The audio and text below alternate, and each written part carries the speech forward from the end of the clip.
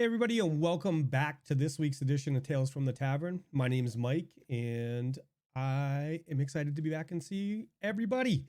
It's been a couple weeks since we've been able to do this because of challenges in life. We had PAX and then traveling for work and all that fun stuff. But we have a great announcement to make. A terrifying announcement to make for somebody. So before we begin, I just want to let everybody know that our community manager, Gamer Mom Luna, has decided to take on Tales from the Tavern as her project on the channel. So Gamer Mom Luna will be heading up everything when it comes to Tales from the Tavern. She'll be scheduling the guests and the interviews, and she will be keeping everybody happy. So, well, I don't know about that, but so with that, I am going to turn the show over to Gamer Mom Luna and let her do her thing. Oh yes, yeah. This is now going to be my baby, and I'm very excited about it. But like Mike said, I'm a little terrified too. So it's okay. We have the best community on Twitch, and they're going to make you feel it's true. welcome. We absolutely do. We do. We have a fantastic community. We have fantastic people that are here tonight. So I'm glad that this is the night that that I'm taking over. And so with that, I'm actually going to use that as my segue into introducing everybody that we have tonight. So joining us tonight, we have, you guys all know Mike, so we can skip him. But we have NASA. Oh, sorry. There's someone in chat saying they're wearing the same shirt. Your friend. Oh, that's funny. That's awesome. How great is that? Yeah, that's awesome. Oh, no. Cancel bummer. It. I'm sorry. I interrupted. Sorry. False alarm. Okay. So I'm going to start with, let's see, I'm going to look at the screen. Let's start with Rachel. Let's start with you. So tell us a little about who you are, where we can find you online, and yeah. Okay. So I'm Rachel. I run a bunch of games, both through our local game shop here in New Jersey and also online. I play a bunch of games just kind of casually, and I also freelance write for tabletop games. So the best place to find me is on Twitter at RWritesThings, or on my Facebook writers page, which is Rachel Writes Things. Yes, and if you saw our tweet that went out, everybody's Twitter is linked in our tweet that went out earlier today, so you can find her on that. Shannon, let's go to you. Sure. Hi, I'm Shannon. I am a member of Paradise RPG. I play Scarlet, who is a redheaded rogue, and I love her to pieces. If you're on Twitter, you know how much I love her. You can find me on Twitter at sroby25, and you can find Paradise RPG at Paradise RPG with a C. It's a pun. We thought it was funny. So no space. I like it. Thanks. I thought it was really clever. Thanks. So we are on Twitter, we're on Instagram, Twitch, and we have a Discord as well. So everybody is welcome everywhere. We love to have you. We love meeting new people. And we play every Monday night at 7 p.m. And on Sundays, we have the Tim and Shannon Power Hour, where me and Tim just talk randomly, and we have guests on the show from the community, because this community, as you said, is amazing. True story. Patty, let's go to you. Hello, my name is Patty. I like Dungeons and Dragons a lot. It's basically the one that I've been playing more so far, and the one I'm more familiar with. I've tried other systems. I'm giving a shot at Call of Cthulhu, but basically Dungeons and Dragons is where I feel comfortable right now enough to be a DM, and I actually have found that I enjoy being a DM more than a player. So I'm usually trying to find people to play with me, but life gets in the way. Yeah. I also have I also have my own papercraft Patreon. It's basically papercraft terrain you can use in your game for pretty much any fantasy, medieval fantasy, TTRPG you would need such things. Neat. Yachts, what's up with you? Oh, nothing. How about you? Glad I asked. No, nothing new. Hi, I'm Yachts. I'm Scott. I play Mihai in the Tabletop Tavern What number are we going to distinguish it? It's number 1 now, right? is number yeah, one. we're gonna have to but distinguish it. Tabletop Tavern 1 as opposed to 2, because 2 will launch when? Do you guys have a date for that yet? April 1st. April 1st. Let's plug our own stuff really quick. What date was that? April 1st? April My 1st. goodness. I'll set a reminder. And that's on no my April calendar. Fool's joke. Well, obviously it is if Dave's running it, but It's true. Oh, He's not even here to defend himself, he's man. not here. Yeah, it doesn't feel as good when he can't respond and burn me. Yeah, y'all know me, and if you don't, I'm Scott. I'm Canadian, eh? Mike and Luna were nice enough to let me play games with them, and they taught me how to play D&D, and I really appreciate them. we taught you how to play Pathfinder. Get it right.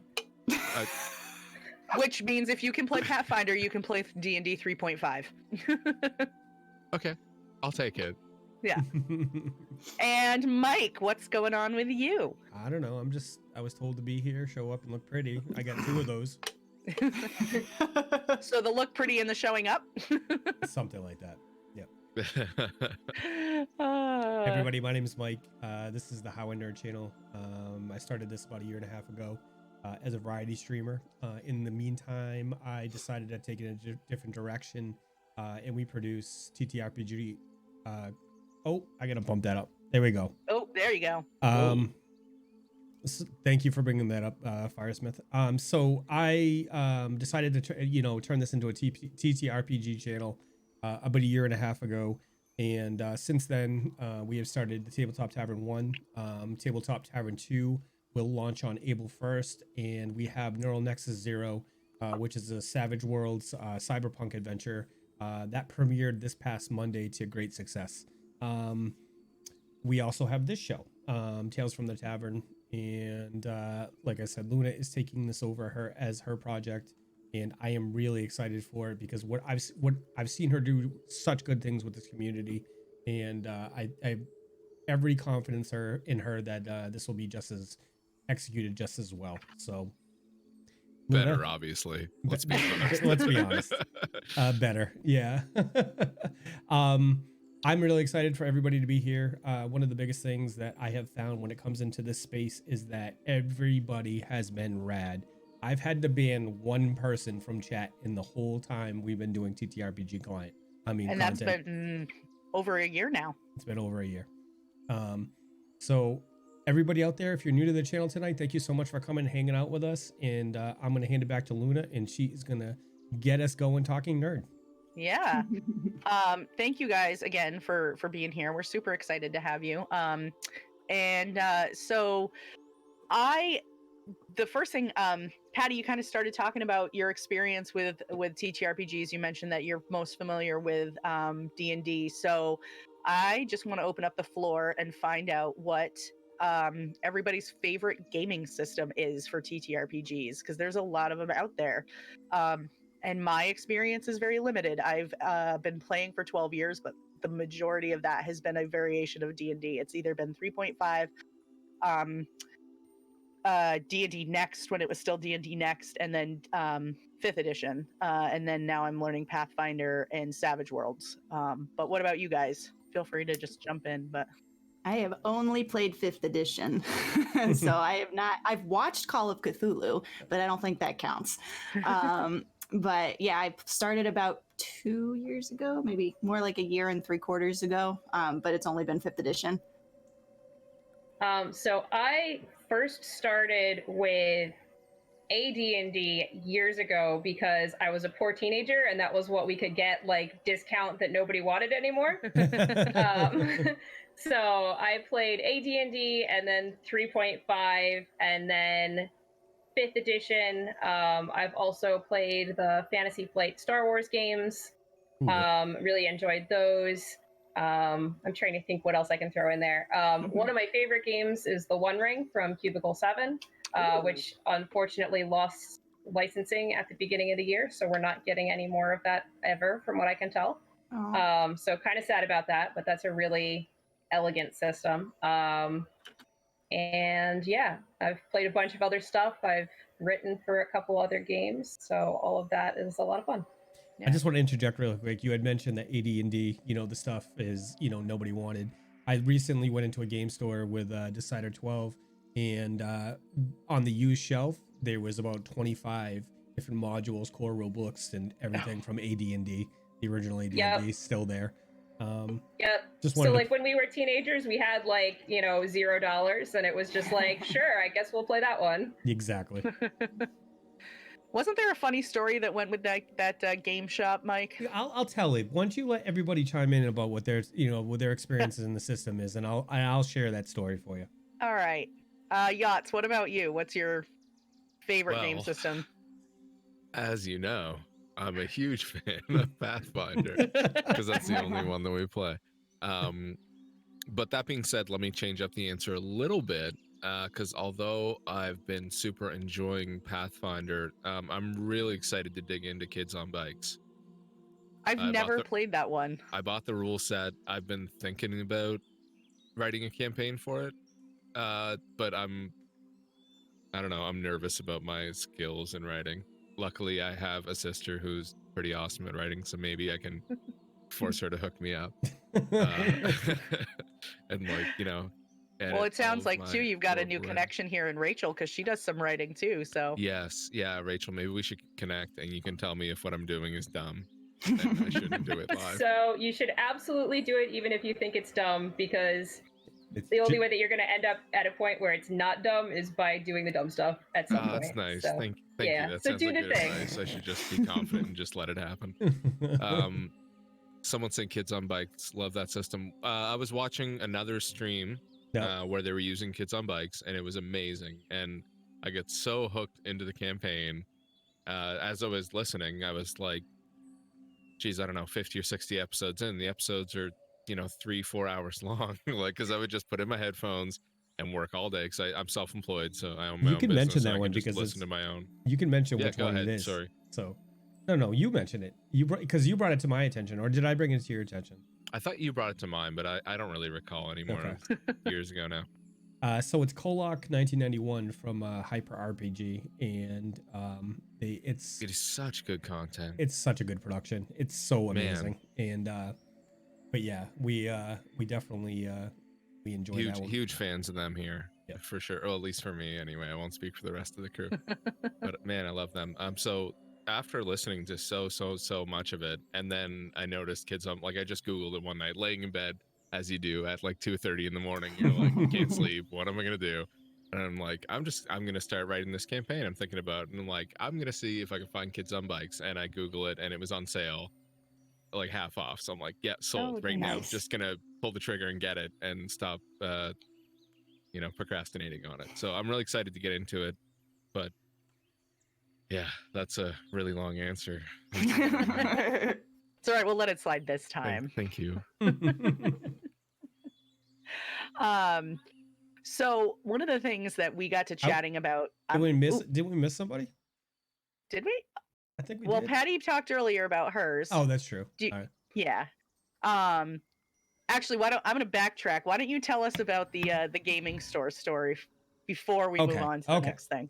So our DM, now I'm going to put this in perspective. He is DMing the upcoming game, Tabletop Tavern 2.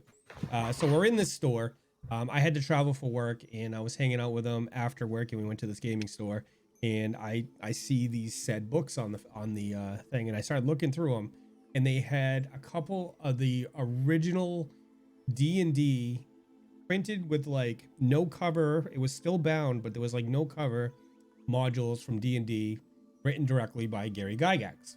Wow. And I was like kind of in awe looking at this, and I go to Decider. I said, "Isn't this cool?" He's like, and he didn't get it. And I looked at him like, "Do you know who Gary Gygax is?" And he's like, "No." And I'm like, "Oh my fucking word." And and there was a guy like 5 feet from us, and he was like, "Fucking millennials." Oh my god, it was it was ridiculous, but that's awesome. Yeah, I mean, it's when you don't know the god, the father of TTRPGs, it's kind of a bad thing, but oh god, there you go, Luna. I love that story. It makes me laugh. Mostly at Decider's expense. Yes. But that's okay. We still like him. So one of the things that we had started talking about in our group chat today before we went live was we were discussing the fact that we have 4 women on the show and only 2 guys, and that hasn't happened on this channel at all ever.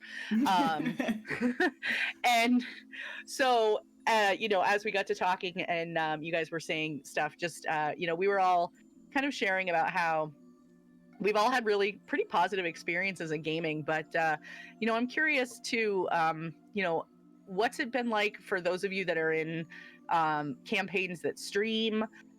What's that experience like being a woman in a TTRPG that's streaming? Or if you're DMing a game, like what's your experience like in that? Because I don't DM. I prefer to be a player. So yeah, I'm just curious what it's like for other people. My experience for the most part has been overwhelmingly positive in all regards, but yeah, I'm curious to know how it's been different for you. Yeah, mine too. It's been overwhelmingly positive. I'm in 2 long-running campaigns, and I'm the only woman in either of them. And it's just been wonderful. Like, we are all equals at the table. We're all people. We all love this game. We all want to be there and tell the story. So it's just been really, really positive. Yeah. So I don't stream, but I do, you know, like I said, I DM a bunch. And it's overwhelmingly like the players that I've been with recently, you know, and really just across the board have been really, really awesome people to play games with, to run games with. But at the same time, like a lot of times it is, you know, me as the only woman at the table. And so there is some level of like trying to make things more appealing so that other women and, you know, teenage girls and stuff will feel comfortable getting into the hobby. So that's definitely one of my goals, especially, you know, like I said, I run stuff at the game shop. You know, it's definitely a place where we're visible, and it's really awesome when we can, you know, bring new people in. Patty, what about you? Anything you want to add? I only had like a bad experience, but it was like a long time ago, and it was from, there was a game shop near my house. I was maybe 13, 14, something like that. And, you know, I saw this really cool looking board with terrain and monsters. And I was like, what is this game? Like there's no grid. There doesn't seem to be any like chips or anything. How do you play this? This looks really cool. And the guy was like, oh, it's complicated. And like, won't tell me anything else. And that was, you know, kind of the usual response I would get from anything from the nerd culture over here. But maybe, you know, Mexico is a bit late on all of those things, so maybe late also on women on games. So can I ask you a question about that? Sure. I know like the whole machismo thing is a big thing in Mexican and most Latin cultures. Do you think that plays into it a lot, or? Yeah, surely. Like there is like a very rooted like, how do you call it? How can I say this? It's a culture of, or? Yeah, like there's a very cultural thing that of what girls should do and boys should do. Yep. In here, and it's, you know, so difficult to fight it. Like I know it's in, you know, in the whole world, but here it's a bit more you know, Prevalent. It's yeah, prevalent, especially even in newer generations, which is weird, you know, because they have a different I mean, they can see information all around. They can see other people's points of view from all over the world. And I guess we still have a bit of, you know, way to go. It's gotten better. But definitely there is like still you know, separations between what boys and girls should do and boys and girls, which is like, oh, okay. Yeah. But Can I piggyback off of that? Mm-hmm. Yeah. So at school, I'm a teacher, and I run a lunch and recess time D&D club. And there's 2 boys and 2 girls, and it's a lot of fun. I have a calendar outside my classroom door, and they're constantly checking when we're gonna play. And then when it's getting close, they'll be like, "See you Tuesday. See you next week. See you in 3 days." So It's cool. amazing. That's awesome. They love it. And with the girls in that group, I just am constantly like, "Yeah, you can do this. Let's do this. Tell me more." I'm like just constantly encouraging them, and they like are having a blast. And I try not to like squash any of their ideas with the boys too, but I don't want them to feel uncomfortable. I want them to come and have fun in that hour that we have together. And it seems to be going well so far. So I'm just trying to start them young, I guess, and just get them in the mindset. Yeah. How old are they? So the boys are 5th grade and the girls are 3rd grade. Oh my God, I love it. Yeah, it's and they are so creative. Like I think the boys one time were like, "All right, can we try this?" And I'm like, "Tell me what you want to do." And they were like, "All right, so if I cast magic missile, and then one of them is a wizard, he was a dragonborn, and he's like, if I do my breath weapon out at the same time, can we make flaming missiles?" And I'm like, yes, you can. I'm very loose with the rules, and I probably shouldn't be, so that when they play in like real campaigns, they'll be like, "But Mrs. Roby said I could do that." No, but like everybody I've ever talked to has they picked up a book and they've kind of muckled through it, and you know what I mean, like the rules and the That's exactly what I'm doing, muckling through. Yeah, exactly. For like a creative thinking exercise, though. Anything you can think of, explain how it works, and we'll do it. That's awesome. Yeah. Exactly. So empowering for little kids to just, One of the things I found that was, it kind of made me sad is that, we have 3 shows that are consecutively going to be running on the channel. And I put out a casting call all 3 times. And the ratio of people that applied was predominantly male. And like, I want to give everybody a shot. You know what I mean? Like, I want to take the best RPers. I don't care what you are, but it was really discouraging to me to find out, that it was like 50 to 1, it was like that. And guess who the one was? But we got the best one. We did. Well, now we have the best 2 because we're gonna have Amanda in the second. True. That's true. Yeah, I'm really excited for that. Yeah. But I mean, it's like, I've always been receptive, and I can't say that everybody has been receptive, because I've gotten shit in the old days going into a new gaming store and getting questioned about, my nerd cred and stuff like that. But like, I don't know. I grew up in an area where I had the luxury of being surrounded with a variety of different people. And for us, we had such a small area. I don't care who it was. If somebody showed interest in TTRPG stuff, like, come learn, you know what I mean? Like, we would hang on to them, because it's always hard to, fill a group, especially in the small area I grew up in. So, I would like nothing more in this world than, everybody to feel comfortable. But there's still a lot of the old guard out there that are, as much as I hate to admit it, there's still a lot of the old guard out there that are like, this is ours. If you haven't been playing for 40 years, then you're not really a gamer. And that shit's gotta go. It really does, because it doesn't serve it doesn't help anybody. I mean, the more people we can bring into this craft, and the more people that have fun, it just means more cool people we can connect with. So yeah, gatekeeping people out of the community just inevitably kills it off, right? It really does. It's really unfortunate. I did have a follow-up question for you guys, if you don't mind. Yeah, go ahead. Specifically, Shannon, Rachel, and Patty, how old were you guys, or how young were you when you got into role-playing and tabletop games and things like that? Like, was this something that you stumbled across as kids and has stuck with you for life? You can also answer with how many years ago it was. Yeah, maybe that's the right way to phrase it. I'm sorry, but however you feel comfortable answering. Like, is this something that you've done since you were a child, perhaps, or is it something that's more recent to you? Or so I started playing when I was 15, but I started playing because I had a younger brother, and like he and his friends like super got into it. Oh, that's cool. And like they needed an older teenager to like be there to be the responsible person while parents were not there. So I got to like take him to the game shop, and then I was there, so it was like, oh well, why don't you play too? So that's kind of how I got into it. And then when I got into college, I started running my own games like pretty much right away as soon as I found other nerds. So they were like, Rachel, can we stay up late tonight? And you were like, roll for it. yeah, pretty much, yeah.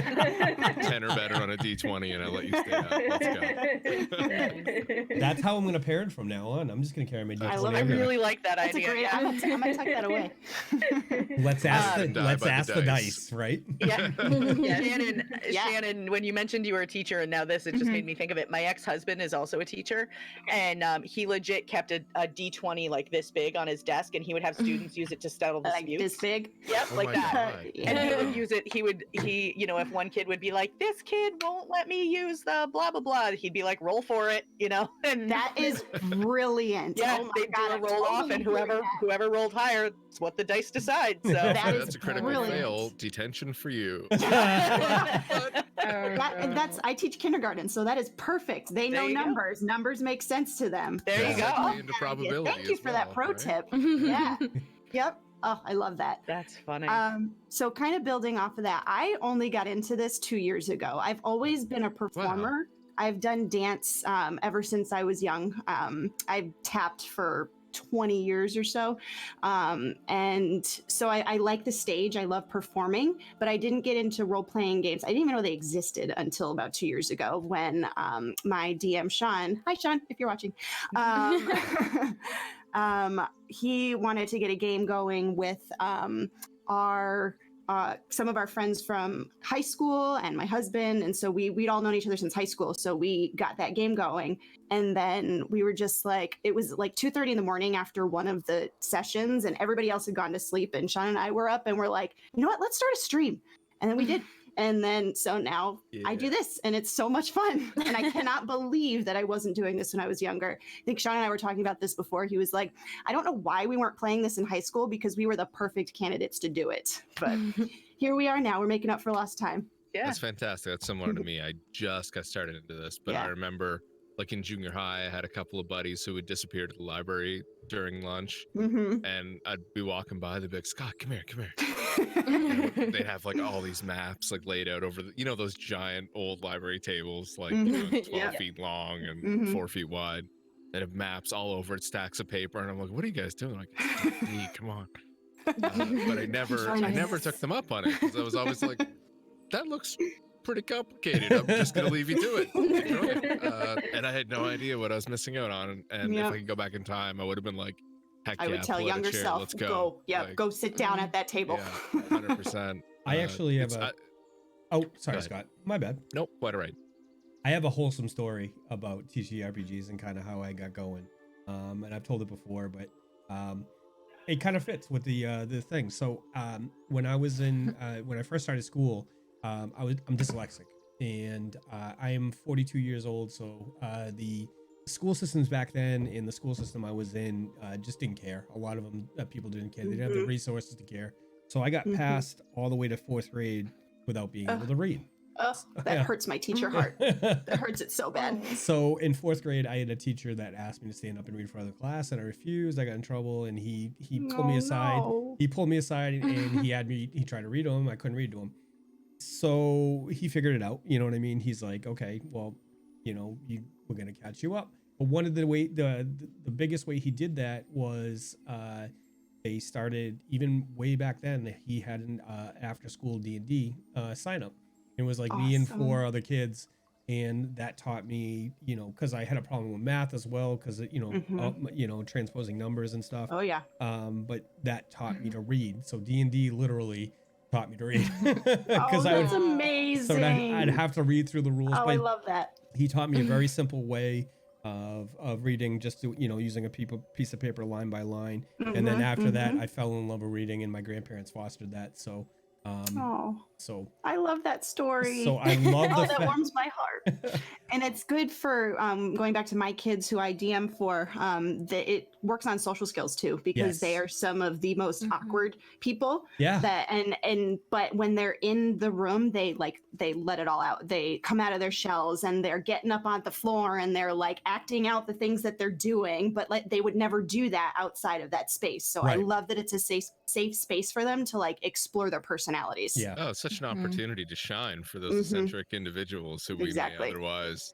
think of as, you exactly. know, I've heard a little different.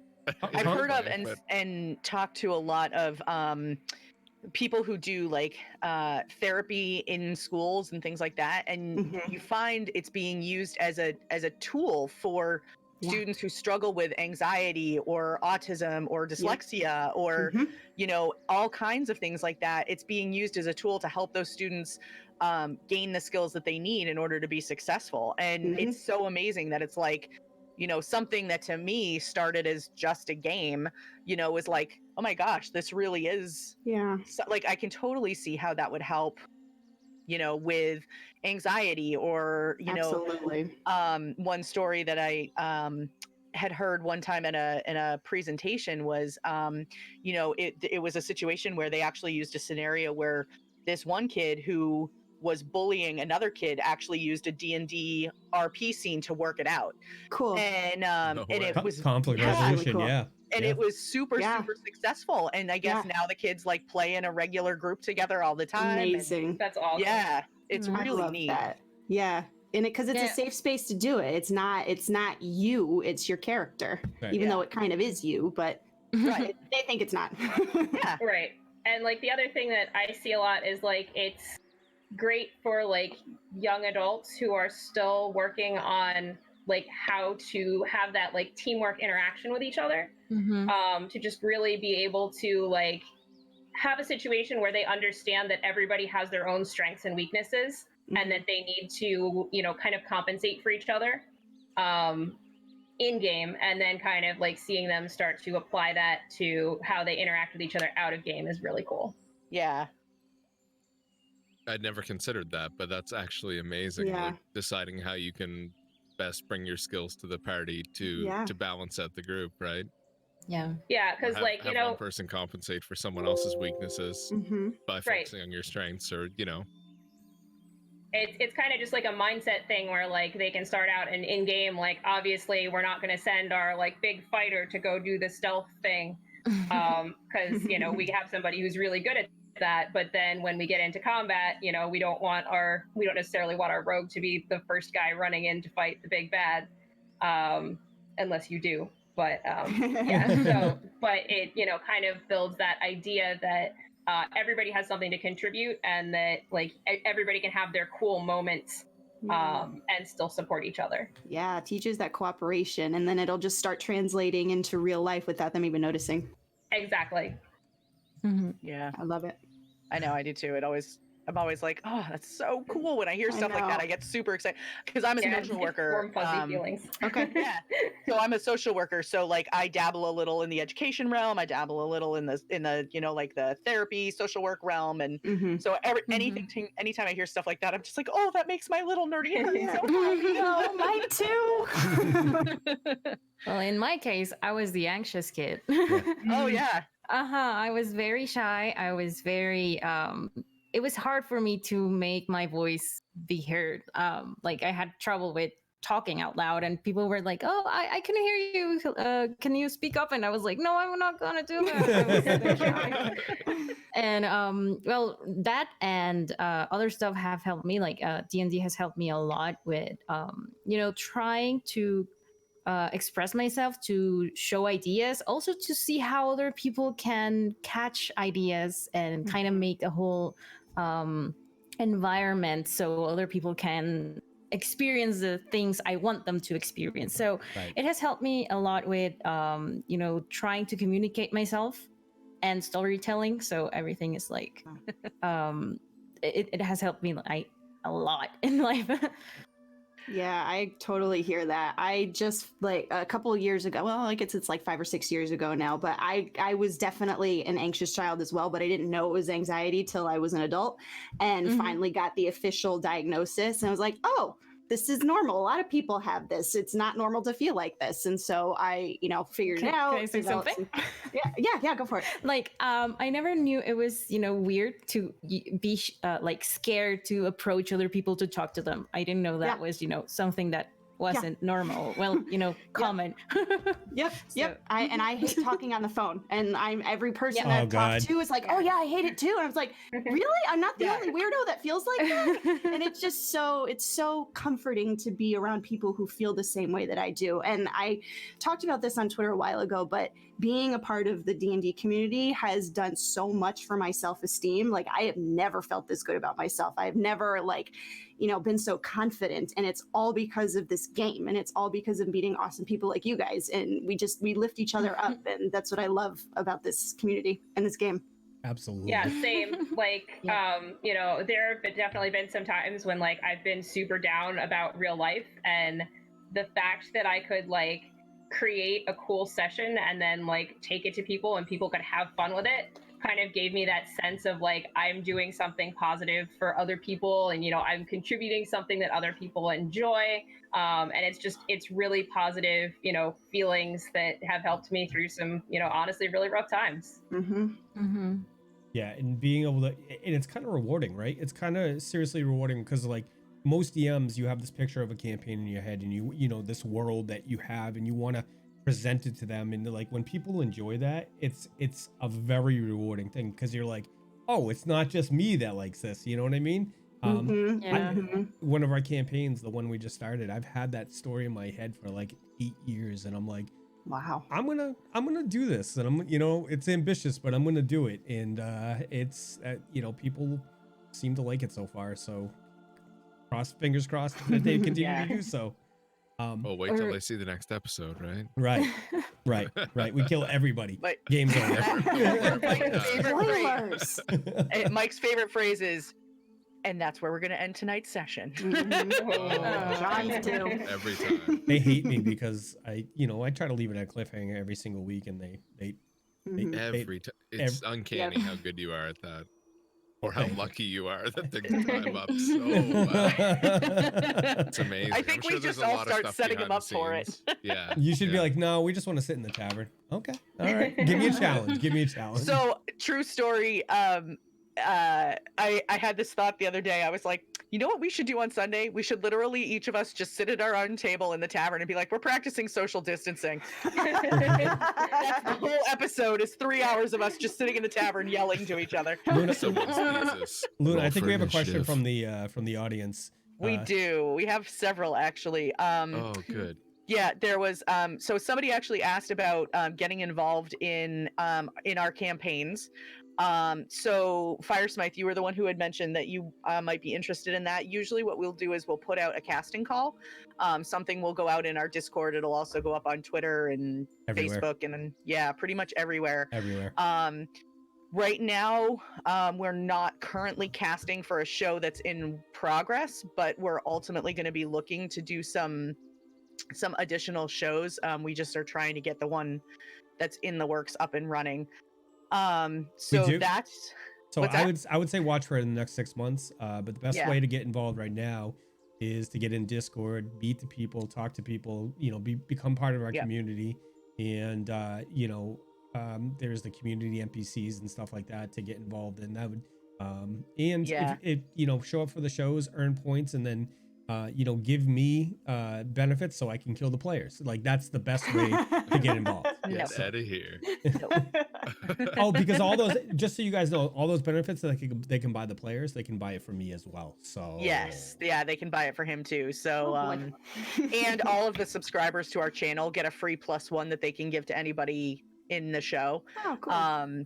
So they can, in theory, they can give a +1 using their subscription, and they can give a +3 using channel points, or they can give a +1 to everybody if they have enough channel points or something like that. So cool. Optimus, you are the man. Look at that. Oh, look at that, Optimus. You're so awesome. Gifting some subs. Yeah, thank you. Wow. Dude. So I did see that question. So and Firesmith too. I know you and I had talked about you were interested in coming up with a D&D character. I'm sort of answering something that he asked me offline, but he's right here, so I'm going to take advantage of it. And if you pop into our Discord, or really any TTRPG Discord, I think I could say this for. Everybody would be totally willing to help you with it. yeah. You know, if you drop Anywhere. a question and like, hey, I'd love to learn how to make a character. You know, just we have a bunch of different channels for all kinds of stuff. You know, if you ever posted something in even just in the D&D, like we have a D&D general chat. He says, but I know you IRL and I like bugging you. Yes, I know. You can, you know, drop the question in there and anybody would be willing to help out. Let's see. Oh, that's a good question right there. Too. Yeah. So we got another. Oh, go ahead. Were you gonna say something? My cousin asked me to help her do a character the other day, and I was like, "Yes, I can totally help you, and let me get my my books and everything." And she was like, "Oh no, I just need help checking what race and what class would be the best because the DM is going to do it for us." And I was like, already with the dice, and I was like, You take your stack of books and you're just like, whoop. It's a bit disappointing, but you're like, it's a good game. You should be like, let's sit down, we can make a character, and then you bring that back to the DM so he can veto it, Yeah, exactly. I was like, already making a whole video tutorial on what is what, and she was like, "Oh, no, he's gonna to do it." Like, okay. Yeah, that is a bummer. I've been excited because I've had a few people over the last few months. I don't know if they were actually one was somebody that I actually met through the getting involved in the streaming community.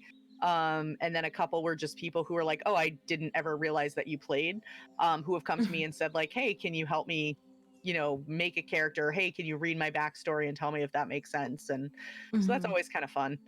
Yeah. I do like that. We did get a question. I'm going to totally butcher this person's name. Sclerotic cognition. That was better than I would have done. Yeah, you just graduated.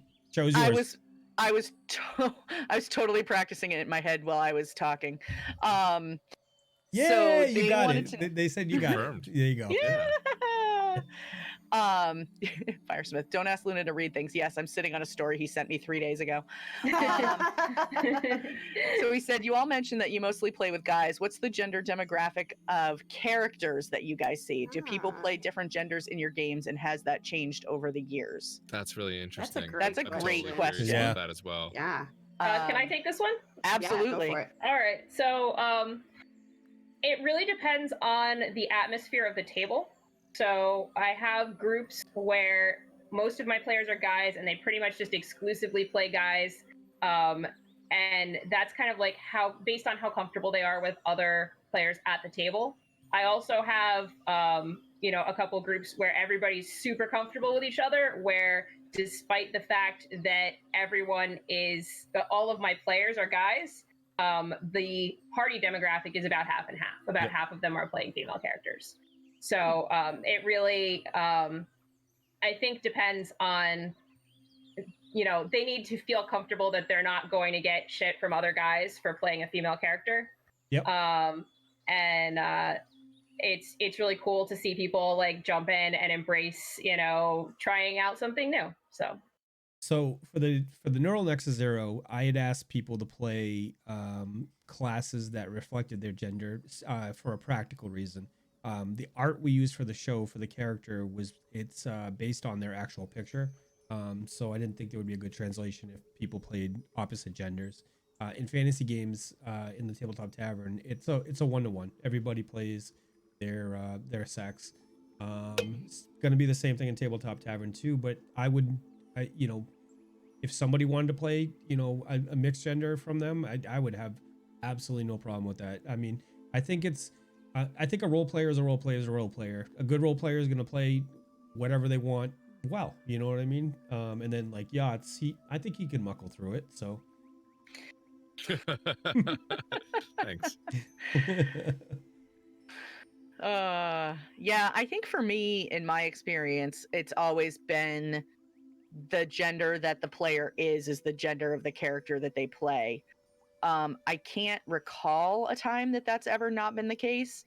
But I do know one time I had asked my ex-husband, so he is also a video gamer, and he was playing, I don't remember what. I pretty much exclusively play female characters in video games. Like, that's just what I'm comfortable with. It's what I like to play. You know, I like thinking of them as sort of an extension of my personality. So that kind of thing.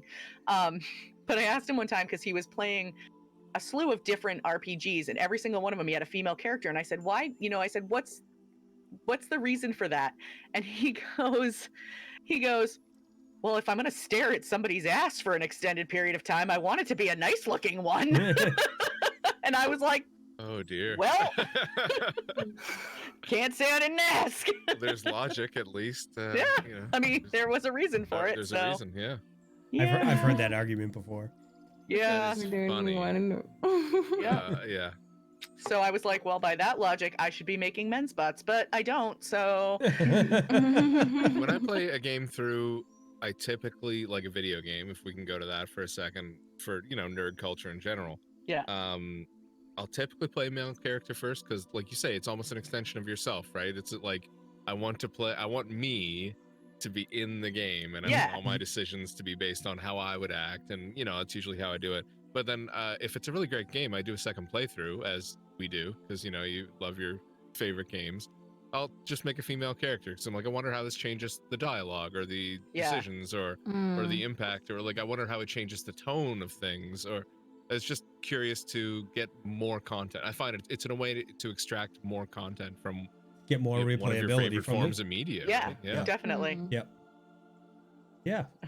Yeah. And as for me, as a DM, I usually have you know, the same the player's gender is the one that they're playing. However, I've had like 2 cases in which they wanted to switch. I have a friend that always plays girls when he's playing D&D, and I have another friend that he was totally against playing a girl in D&D, but he usually played in video games girls. So I was like, what? I don't know. I mean, maybe he did see was more like an extension of himself in D&D versus the other games. I wonder if it's harder for, you know, it's harder for you, like in a video game, you almost don't have to put yourself in that mindset of playing the opposite sex. Like it's a visual thing, you know what I mean? Like when you're role playing it, it might be a harder leap. I mean, I think I could do it, but I could see how that might be a little bit of a harder leap than, you know, just say playing, you know, like a video game per se. So that's my thought. Yeah. Perhaps harder to do it convincingly. Convincingly, yeah. Is that the right way to put it? Because like how am I supposed to know how a female version of my character would act in any given situation to the point where it's believable and honest and true to the role, I suppose is the best way to put it, right? Yeah. And in the sense of it doesn't change so much. Yeah. Maybe it doesn't. Maybe I'm just overthinking it. Right? Yeah, I think it's overthinking because okay. I usually like playing a lot of characters, so maybe that's why I enjoy being a DM. I like putting myself in different situations and different mindsets, trying to think how this character would react to this thing. I like writing a lot, and I also made a lot of I had a few voice acting classes over here, and you know, you usually have to switch from one character to another, and here in Mexico, since it's very competitive, they don't give you the script. You just and read, and you don't even like see the character and read all the preparation you can get, like reading it once, and the second one you will be recorded. So switching from character to character is super quick, and you have to have, you know, like a knack to just try to convey a personality from just the looks of the character, or kind of like what they're saying. Yeah. So that part for me is like very interesting. So that's why I like to play many characters from many sexes, from many different and backgrounds and stuff. So kind of like to explore how different people would react to the same things.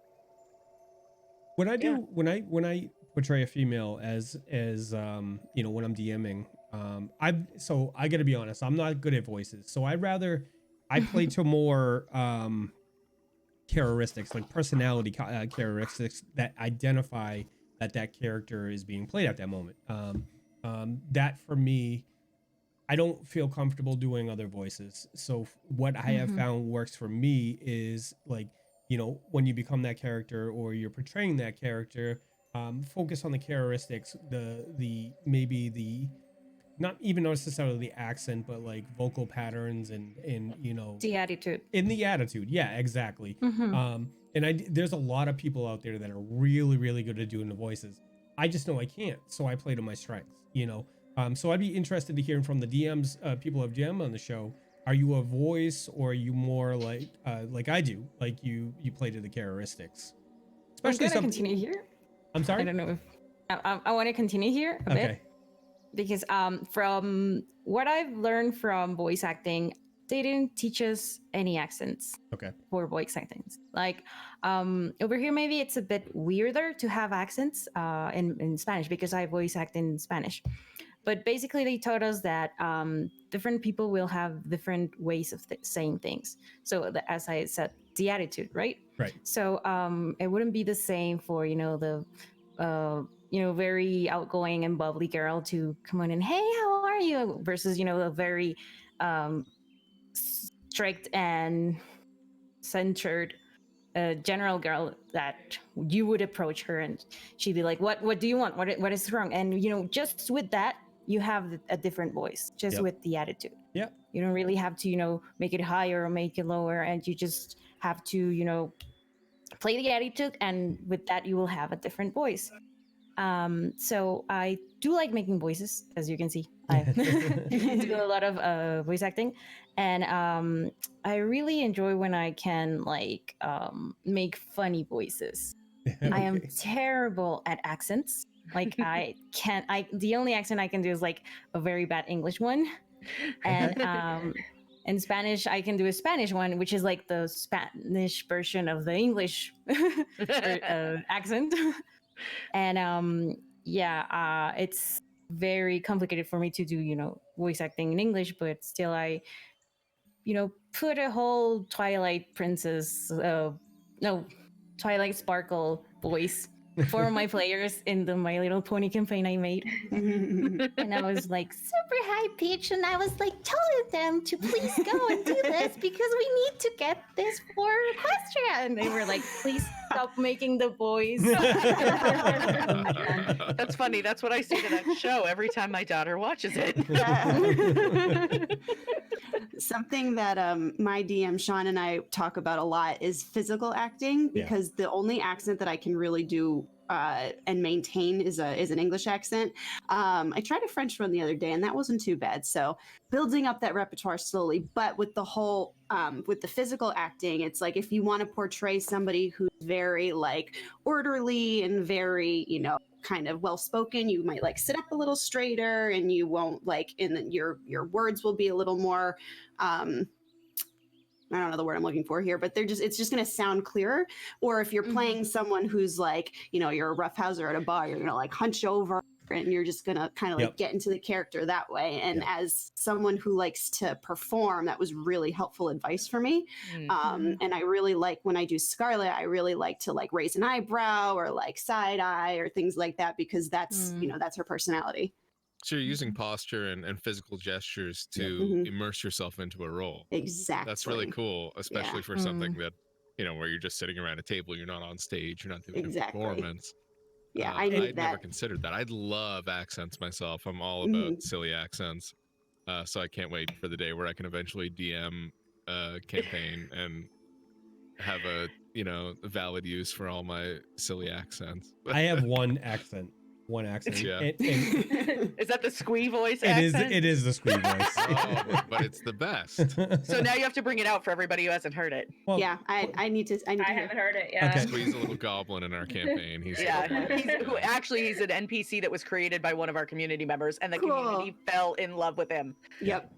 He thought about well, I don't know if he thought about it, but at the end of one of the episodes, somebody thought, like, we all thought that he was dead, and the community was about to riot. No, they were just. They were, yeah. He's Oh, I one bet. angry DM. They were Yeah. really unhappy. So the concept of Sweet came up from one of our community members, and what we do is you can put there's 5 simple questions that you fill out for an NPC, and he came up with Squee. In the beginning of this the campaign was a very goblin-based campaign, so I wanted to do that, the traditional moral dilemma. What do you do when you find your common enemy and he doesn't appear to be good? I mean, bad, So I put them in the position because I wanted to do the murder hobo test, So Squee became a fan favorite, and Squee is easy for me to play because he's just an asshole. And I'm an asshole, Just and natural, easygoing Mike. Yeah. You know what I'm saying? so I can't. Oh, I heard it. It was right He there. was right there. Relax the muscles. So I just we should go say hi to Squee, shouldn't we? So Squee talks like this, and he's like, hey, Mihai,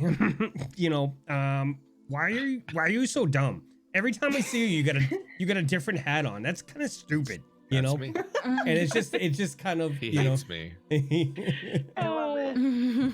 Oh, I did. You know what? Now I'm thinking about Madame Vashki too. So Oh, yeah. yeah. So Yeah. No one likes Mihai, now that I consider it. The heroes of Sandpoint and that arsehole. Mihai, see, now I'm already calling you. I'm back to calling It's you all Mihai. good. That's fine. Yeah, it's one time you and I were talking, and we were joking about the fact that I'm sorry. Mike your is comment? doing God's work. Oh God. So we were joking one time about how he should, because as we like to remind him, he is Canadian, and just in case he It's forgets. true. We do It's a like to fact. remind him. And I'm so from Canada, eh? we were joking one night about how it would be hilarious if he did a character that soaks solely in like the like stereotypical Canadian. Come on, yachts. Cape Breton. Well, Cape Breton okay, so accent? that's the thing. It's much like, although there is a Canadian accent in pop culture, let's say, Yeah. there's also, just like in the States or just like anywhere, I'm sure Mexico the same, you would have regional accents everywhere. Right. Like I'm from Like, Boston. Yes. We someone all know from how I Texas talk. does not sound like someone from California, does not sound like someone from Boston. Right, Does not exactly. sound like, you know what I mean? Yep. So there's Yeah. definitely regional accents, but oh geez, I don't know. Do you want me to? Cape Breton. Let's hear it. Am I? Let's Okay, so hear I'm it. from a little island in Canada. Well, I shouldn't say little. It's not tiny, but little in population size anyway. But it's like a kind of like fishing village kind of feel to it. But everyone has really strong. I don't. You won't even understand what I say. Look at his kid. Ah. If you feel I'm like self-conscious, you do embarrassed. not- This is you the don't- first time I've ever been embarrassed. Oh, I'm sorry. That was not Accent. my intention. Oh, okay. Why don't we do this? It is now 9:00. Let's take a quick 5-minute break. Let Yachts compose himself, and when we come back, if he's comfortable, we'll let him lay down the Cape Breton on everybody. Hey, Spy, sounds great. Let's do that. I think that's a good idea. I'd probably be more comfortable to do it if we went and take a few minute break there. Oh God, you sound. It sounds like Scottish. It's like almost like. Well, there are a lot, Mm. like a lot of Scottish and Gaelic immigrants Okay. that came over. Yeah, it's like the and, Boston. landed in. In the Boston, the whole Boston thing is from the Irish, the brogue effect on the English language in New England. We have such a big, Yeah. it had such a big influx of Italian Americans and Irish Americans that it was, it very heavily influenced our language here. So I see that. I can see that. Yeah, yeah, absolutely. Definitely. All right, so guys, we're gonna take a quick break. We'll be back at like 9:05. Think Jeez, about any I'll be questions. back in a few minutes. Mhm. Hold tight. We'll be right back. If you're not here, I'll puck you right in the mouth. I'm muting you because Sit I'm where not you're going to at till I stop see where you laughing. two by. Jeez. I think I couldn't do Mexican accent. I've tried to roll my R's, but it only happens when I'm very tired. Oh, okay. Okay. All right. We'll see y'all All in about 5 minutes. And chat, think about some questions for the cast here. We have them for tonight, and we might as well pick their brains. So we'll see you in a few. All right, everybody, we're coming back from that break. Thank you for your patience. We like to give everybody a little bit of time midway to stretch their legs, run to the restroom, grab another drink. I know I personally needed another seltzer water, so that's where we're at. Yachts, what about that accent?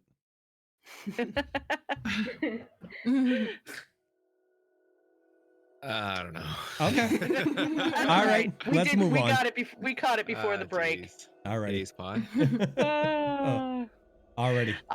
So over the break, we had a couple of really good questions come in from chat. So I'm gonna kind of mix them up and ask them in a different order than they came in. Optimus would like to know, if you could hit reset on one decision your character made at a TTRPG, what would it be? If one of you says joining the party, I'll cry. No. That's a really good question. I can start with that one.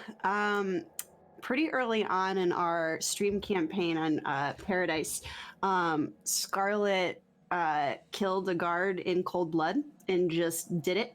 I mean, she is an assassin, so like it kind of made sense there, but she definitely regretted it.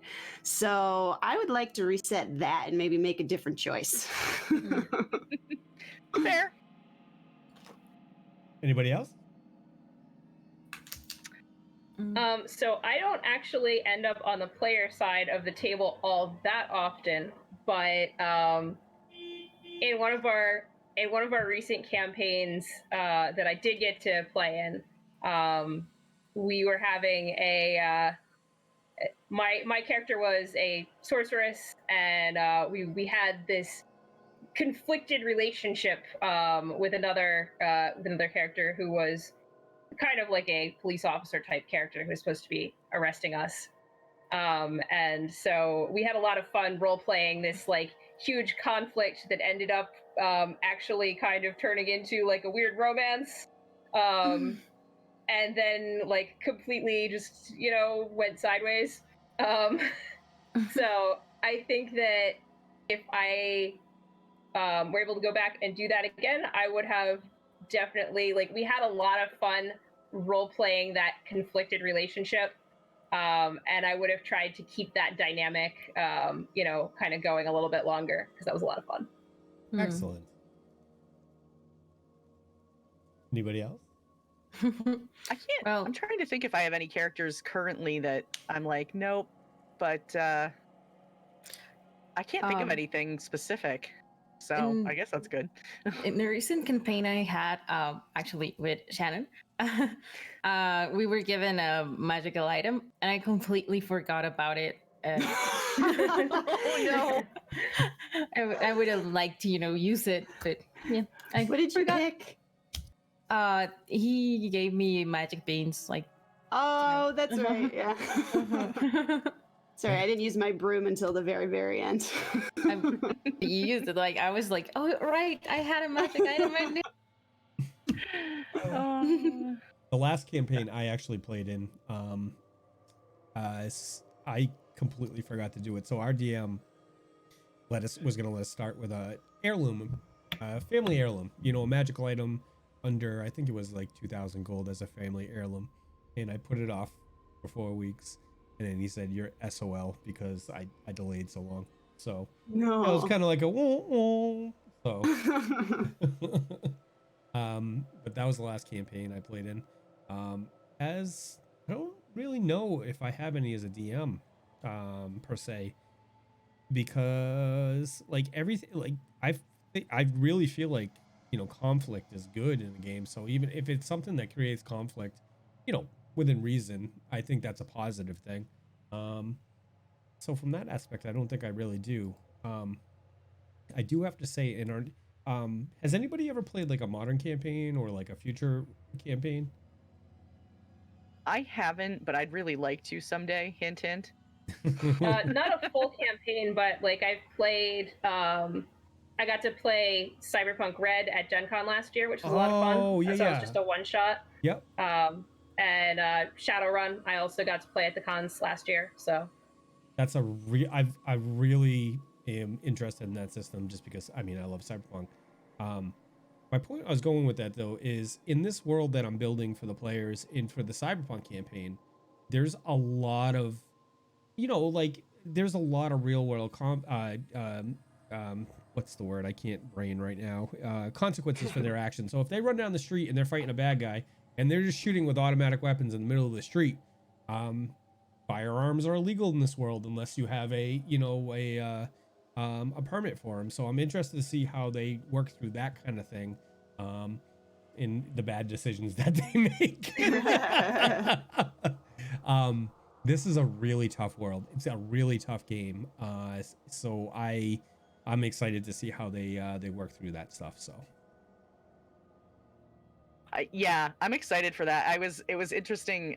So the campaign that Mike just started on Monday, I got to play the first, essentially the equivalent of the first session as a test, with one of our other staff members, and it was a lot of fun, and it was really interesting to see like how the characters in that stream handled it significantly. Most of them handled it significantly differently than he and I did, and it was just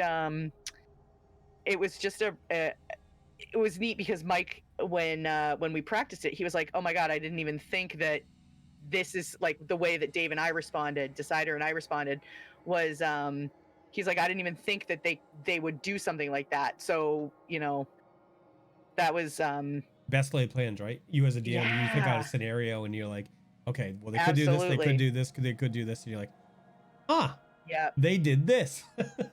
So Which actually leads to another question. Sclerotic Cognition also wanted to know, anyone who runs a game knows that your best laid plans last about 5 seconds and there ain't no railroad. What was the best creative solution your players came up with to your problem, and where it made sense enough that you had to take it? And on the flip side of that, what was the favorite creative solution that was too ridiculous for you to let work? There's bound to be some great answers there. I gonna know. Step back and listen to you guys. now I'm gonna sit back and think. I've only DM'd for my students, and I personally prefer to play, but one of my favorite things that they did is when they were sneaking into, well, they're supposed to be sneaking, but they're not subtle. We were going into, I'm running Lost Mines of Fandelver for them. Yep. So they were going into the Red Brand Ruffians place, and they decided that they wanted to slide down the banisters of the stairs into the cellar. And I was like, all right, let's see what the dice have. And so they rolled actually pretty well. One of them rolled really well and just like kind of gracefully was there, sitting all perfectly poised, and went down the stairs, and it was great. And then another one failed, so I essentially had him start off great and then like bowling ball fall into everybody else and everybody fell down. And they were like, that was the session when one of them was like, this is the best game ever. It was so sweet. So I don't know if that really answers the question, but I don't have a ton of DMing experience. That's what I got. So one of my groups is a group that I've been DMing for these guys for probably about 8 years now. Wow. Weekly. Wow. Yeah. So like forever. So there is absolutely, like, we've reached the point where everything is shenanigans. Yeah. Everything is shenanigans and rules lawyering. Sometimes they know what the plot is, but mostly everybody's there to hang out and have a good time. And we had one campaign a while ago where our druid figured out how to transform into a T-Rex. Oh yeah. Oh yeah. Oh yeah. And then thereafter, the solution to every problem was like, go into the building that we're trying to case the joint. All right, I go inside, and then I turn into a T-Rex. And all of a sudden, nobody's paying attention to anybody else in the party because there's a T-Rex inside the building. I wanted to play. So I'm going to be getting to actually play in a campaign, no longer forever DM. And I was originally going to play a droid because the power game is to get to that level, turn into a T-Rex and Right. eat fucking everything. So Yep. yep. That's funny. Oh my For gosh. me, I've been thinking about it, but I don't have a specific example of like people just like me laying out a trap. Oh, how about I get the ridiculous one. I get I allowed it to happen because it was so ridiculous, but our players were in a hall and they had set off a trap and the trap reset. All right. And Oh boy. so the trap And reset. Yachts and I are just rolling our eyes. And so one of our players decided to pick up another player and throw him completely through so they would avoid the trap. It worked out as good as you can imagine. So, that was, so the player that got thrown was Scott. So, that was quite ridiculous. That was quite It ridiculous. was really funny. The other player, well, one of the other players, aside from myself and Luna, said, "All right, I pick up Mihai by the belt and I throw him through." And I was just like, no. "Okay." Mike was just kind of like, "You're allowing this to happen?" This face, I did like, this. I was new, and it was early into the sessions, and he did tell me, like, if you're gonna die, like, I'm gonna ask you twice, kind of thing. You know, like, I'll make sure. You don't have to, I know you're new. You don't have to worry about it. I'm not gonna kill you right away. Like, I'll give you a chance to back out. But your party's gonna kill you. Right. He's like, "Are you sure?" And I was just like, "I think this is one of those moments he was talking about." Yeah. Yeah. But I'm like, okay, let's go for it. Sure. Oh, you gotta tell Luna. You gotta tell the story. The How she was born. How Yetabrix was born. Yeah. So our regulars hear this story pretty much on a weekly basis, but I'm going to tell it again anyway. So my character in the Tabletop Tavern is Yetabrix, who is a halfling rogue. And for the most part, she started off the first few weeks just fairly quiet, kind of going with the flow, and like, you know, combat was relatively low key, and like I attack with my sword and I fire my crossbow, and then we get into this area where there's like a kind of a staging area. So it's up about, you know, it's like 5 feet up from the floor that we're on, and then there's a flight of stairs up one side, a flight of stairs up the other side, and then there's a flying enemy about another 5 feet up from the staging area. So it's like 10 feet off the ground where we are. And I finally, at one point, I go, you know what? I'm just going to do it. So I go to Mike and I say, I would like to run up, use my acrobatics to jump onto the stage, and then I'd like to jump from the stage up into the air and attack the enemy. And he's like, roll for it, you know. Let's see what happens. And thankfully, Yetabrix's acrobatics is fairly high, so I roll like a 20-something to get up onto the stage, and then I roll like another 20-something to jump into the air, and then I roll my attack because I'm like, yes, this is gonna be awesome, and it was like a 4. And I'm like, no! And he's like, and you miss, and he's like, and then roll an acrobatics to land on the ground, and I'm like, at that point, I'm like, oh man, but then she lands like epically with like another 20-something, you know. And so it's just one of those things where I'm like, I'm just gonna go with the story that she was like so excited to jump up that high that but then it just became really funny because now like her solution to everything is to jump off something else and attack. She parkours attacks it. She parkours everything. I love it. Oh, yeah, She that's so parkours off cool. the barbarian parkours off her. So me as a DM, one thing I almost never want to tell a player no. Like if somebody comes up with a creative thing like that to try and do, I mean, that was a great thing. Like, I'm like, yeah, go ahead. Let's see how the dice feel about that, you know? Yeah. I almost never want to there's situations where I'm going to tell a player they can't do that. And, we've discussed this in the past, but for the most part, I mean, the players are there to have fun. I'm there to have fun. You know what I mean? And so for me, seeing those epic moments, whether they go really good or really bad, can be just as funny. Especially for me, because when they go bad, Exactly. So but it's a lot. Like we use fumble charts as well as critical hit charts, So we've had some pretty funny fumbles. Oh God. Yeah. Yep. And like I said, you can't win all the time, and winning all the time is kind of boring in my opinion. So when you see those hardcore fumbles, it adds to the character of the story. So Yeah, when I'm playing with my kids, that I try and bring that attitude as well, because I don't want to tell them no and I don't want them to get discouraged. But when we first started it, they weren't really sure what a nat 20 and a nat 1 were. Yeah. So we like built that up, and now whenever somebody rolls the 20, they get really excited, and whenever somebody rolls the 1, the person who rolled the 1 goes no, and everybody else is like yeah, and it's so awesome. And the one thing I have said no to is my wizard has decided to set fire to everything with fireball, and I said no. A divine intervention comes and blows a gust of wind and puts out your fireball. You can't set fire to this bar when you don't have a reason to it. So now it's just become like a running joke, and he goes, and I cast. You're like, no, no. And so yeah, it's really funny.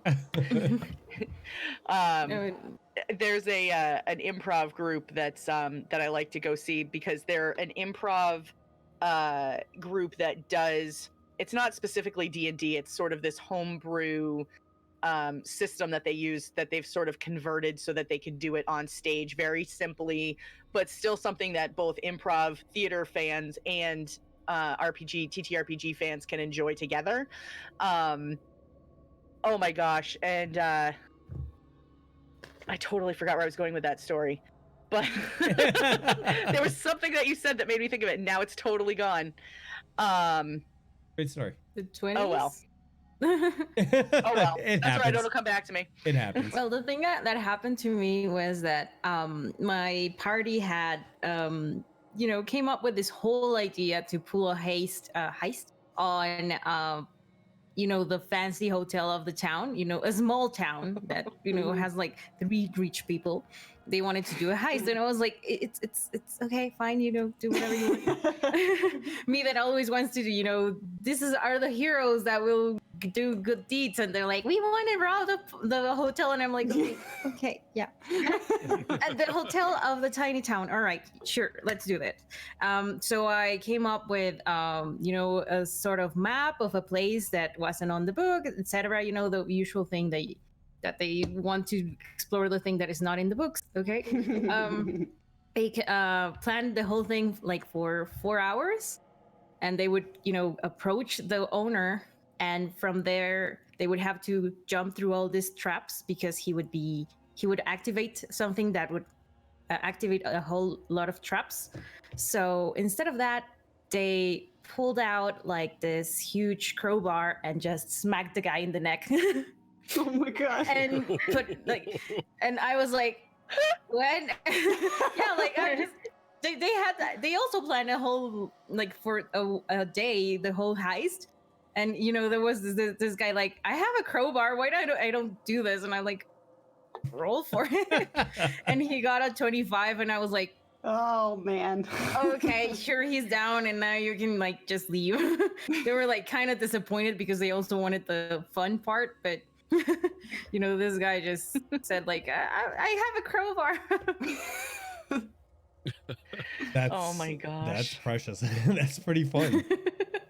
I feel like that's something that would happen in one of our campaigns. Like, okay, that didn't work, but hey, Dave, welcome on in with your crew. So we were definitely not just talking about Decider 12. We were definitely not. Hey. Yeah. So Decider 12 is the one of our cast members, and he's kind of a bad person, but we still keep him around. No. So he's the one that's going to be DMing our upcoming Tabletop Tavern 2, the one that starts in April. So yeah, we did just have someone in chat asking about the upcoming campaign that Decider is going to be DMing. We did, yes, yep. So that's going to be Lukai. Yes, Yeah. Lukai was asking. That's going to be Tabletop Tavern 2, which is another Pathfinder campaign. So that starts April 1st. Awesome. Right here, 8 o'clock. Is that what time we agreed on? Or be square. 8 o'clock. Be there or be square. We had another very serious question come in, Mike. This one was specifically for you. Okay. Came in from Stormbringer Bob. Okay. Uh-oh. You know it's gonna be good. You already know how serious it's gonna be. Yeah. What is your favorite cheese to snack on? My favorite cheese? Oh my God. Cheese is like my favorite thing in the fucking world. So you're asking me to cheese. But recently, I'll give you my recent one, okay? They're garlic flavored cheese curds from Wisconsin. So Ooh, yeah. that sounds amazing. Yeah. Okay. That's my recent. But I mean, I could talk to you about cheese for like 2 hours. I may have been a chef in my former life, so like for reals. But but that is, thank you for that super serious question. That was a super serious question. And we appreciate you being part of the community, and you can now leave. And he's one of our Patreons. But no, for real. Question for the DMs from Doug. Doug in Texas. Do you ever ignore a bad die roll for the greater good of the story? Oh fuck yeah. Yeah. Oh yeah. Absolutely. Yeah. Yeah, you have to. And it's hard because, you know, with this medium, a lot of people, so my community sees from my point of view, so they do see some of the stuff that happens behind the scenes, but the players don't know when I'm fudging a roll, and you have to sometimes. You really do. No, you know, player death, the threat of player death, it needs to be hanging out there. Like the players need to feel like they're afraid, but like we've had some bad crits, you know what I mean? Some really bad crits. And especially in Savage Worlds, where Savage Worlds has, so our second campaign runs on Savage Worlds, and there's exploding dice. So what that means, if you roll a D8 on an 8, you get to roll another D8. So, and if you roll an 8 on that, you get to roll again. So in our test, we did a test, small campaign leading up to go live. So people get used to Fantasy Grounds and people could get used to the system. And I'm new to that system, so I had to learn a lot of stuff too. Somebody died with one punch. He got punched and he died. It was that simple. That Because legit just happened to me in a campaign, my Monday night campaign that I play with another group, is a Savage Worlds campaign, and that legit just happened. Thankfully, my character is a werewolf, so I was able to spend rage points to heal. But yeah, that was not fun. What about you, other DMs? So when I'm DMing in person, I definitely use a DM screen because you have the like psychological effect of like everybody hearing you roll the dice and then they can't see it and they just get your facial reaction. And yeah, so you know, there's a famous quote from somewhere that, you know, you're rolling the dice for the sound effect. Yeah. And like you know, I like that mostly I try and obviously go with what the dice actually say. Oh yeah. But, you know, there are times when you're trying to build a dramatic tension, or, you know, you need to wrap up this fight because your time runs out in like another 10 minutes. Yeah. You know, or you want to give somebody that dramatic win. And of course, if they know that you just decided to give them a dramatic win, it loses all of its meaning. So there are absolutely moments where, for the good of the story, or for the good of, you know, the players, you know, feels about how their game is going and everything. Yeah. I will definitely, I will use the dice as a sound effect and make a good story. What about, would anybody else have any input? Because I have a point after that. I fudge rolls all the time for my kids. One of the things so when we do our streams, we use Fantasy Grounds, and for those of you who aren't familiar with it, the players can see the players' rolls and the DM can see the players' rolls, but the players can only see the shadow of the die that the DM rolls. Oh, so we can see that he's rolling, but we can't see what it is or what the number is. This is my Yeah, point. we'd be like 2d6s. What could that be? Yeah, so we're like, like we'll see the shadow, and literally everybody on the screen will go, "Oh my god, what is he rolling for?" So anybody Wait, who's d20s, huh? So anybody who's DM'd before knows that half of those are just bullshit. Yeah, I'm just rolling it to make them scared. You know, they're walking through a dungeon somewhere, and I'm just like, I'll sometimes do it 3 times in a row, so it's like looking like I'm trying to confirm something. Oh, it's so fun. They're like, what? Like in the beginning, Yatsa was like, "What was that roll?" I'm like, "Don't you worry about it. Don't worry." Yeah. Not important. Now we all just start looking side to side, like, Like, now I move sneakily. One of my favorite things for dramatic tension as well, similar to that, is you have a player roll for their perception. Yes. And they come back and they're like, I got a 14. Do I see it? And you can just look at them and be like, you don't see anything now. Yes. And Yes. like, there may be nothing in the room whatsoever, but it's just the like little extra like That then they're jab. like, oh no. Yeah. Something my DM Sean does all the time. He'll like, all right, give me a perception check, and I'll roll and get like 15. He's like, good to know. It's like, oh. Yeah, you don't think the door is trapped, but it's like, oh, that's I have so much fun. Yeah, you don't think the door's trapped, and what I generally say is, you don't think you see anything, and yeah. So yeah. It's yeah, and even just like the difference in tone between you don't see anything and you don't see anything. Yeah. And that's when the rest of the party goes, I roll perception. Yeah, there's so many fun little DM tricks. I actually I learned one the other day, and it was a couple weeks ago. Actually, I read it on Reddit. Go figure. But one of the I'm always looking to add tools to my arsenal to torment these guys, essentially. And one of the things that they had brought up as a DM, changing the way something works in the world that they've always known it to work one way. So I'll give you an example. So like Mihai casts light, okay? Just a cantrip, or Orson in Pathfinder casts light, and it doesn't work. Why doesn't it work? Or he casts light and it's green this time. Why is it green? What's going on? So one of the best, so I've been practicing ways to torment these guys with that. And I'm curious, for those of you who have DM'd or been under somebody, what is some of the greatest tricks that they've done to screw with you, or change the tone, change, you know what I mean? Move the story along. So. I gotta think about that one. Mike, what are some of the greatest tricks you've ever used? I can't say that was mean. I can think of an example from a campaign that I've watched. Okay. At one point the party did something to, one of them used one of their newfound powers to bring the party out and escape certain death and danger. Like, they were all about to die, and one of the party members goes, okay, look, I can do this thing and I can teleport us out, and teleports everyone out. But they don't just teleport out to a new location, they teleport out to an alternate dimension. Oh no. Yeah. Totally did where that one time. everything's different.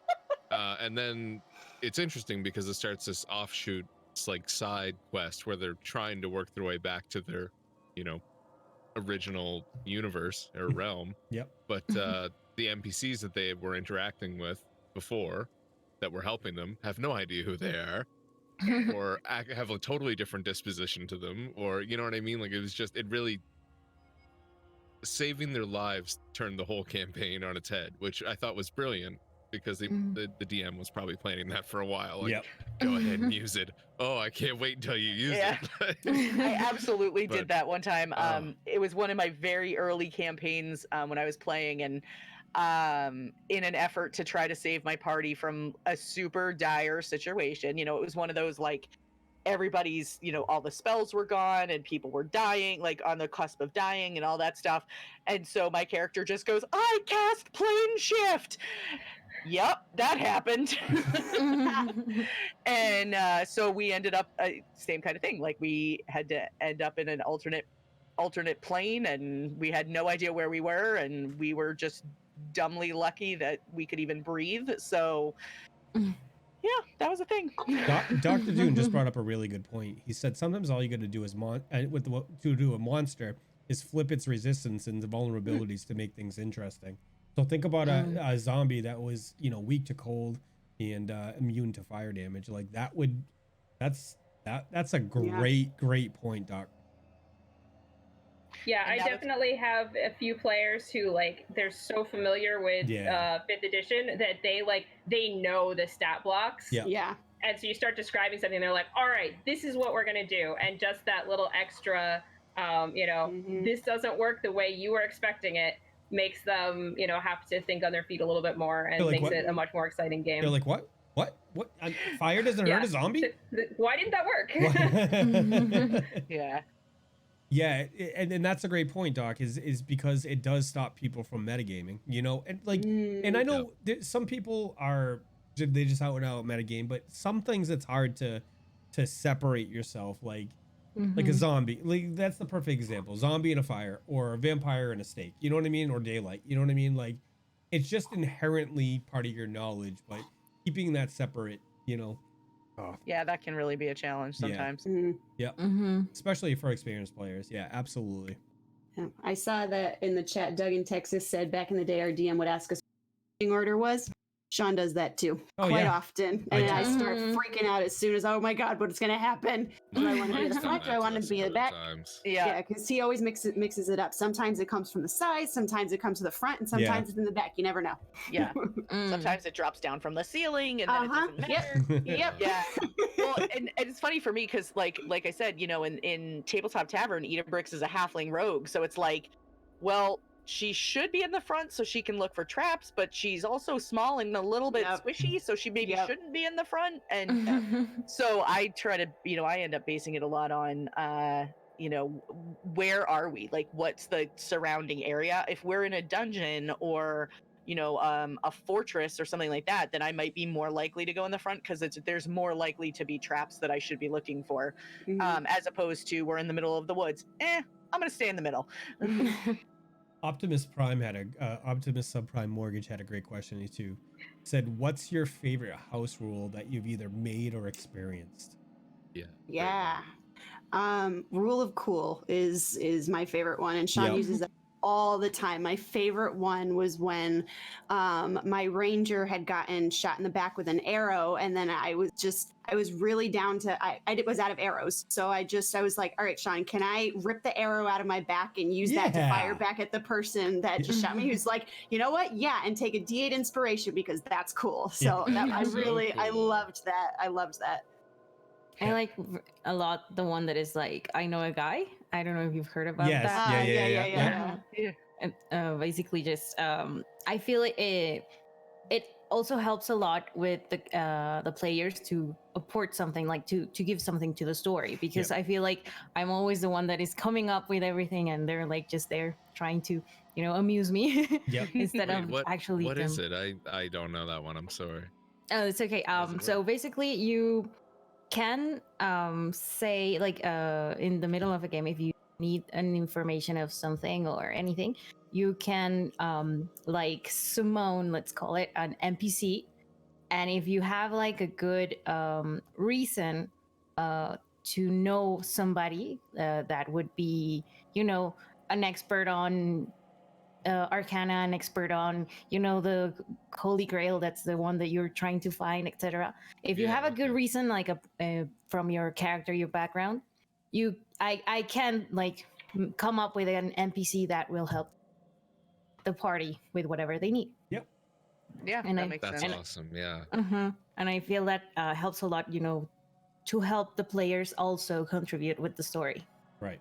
Yeah. Like Jeb could have helped you out if it was turnips, but if he died. If I didn't murder him. Poor Jeb was the turnip cart driver, and he died in a goblin attack, and it was no. I'll tell you my favorite house rule when I used to play in person with my old group, which they reached out to me today and they're like, we should get the game going. I'm like, I can't anymore because I have 4 games going. So, but our favorite house rule, especially when we played in person, was we used, so we had a plexiglass grid, and the little, either Hershey Kisses or the Hershey Select Chocolates fit perfectly in a 1x1 square. So nice. Kill shots got the chocolate. We used to do that too, actually. I love that rule. Oh, yeah. Yeah, we did that in our game. Rule. Yeah. That is a fantastic rule. The only other rule that I put in my games is 1s don't automatically fail on a skill check and 20s don't automatically succeed. and it's a super controversial one, but I play by that way. So Yeah, that's always a big question. I have another rule.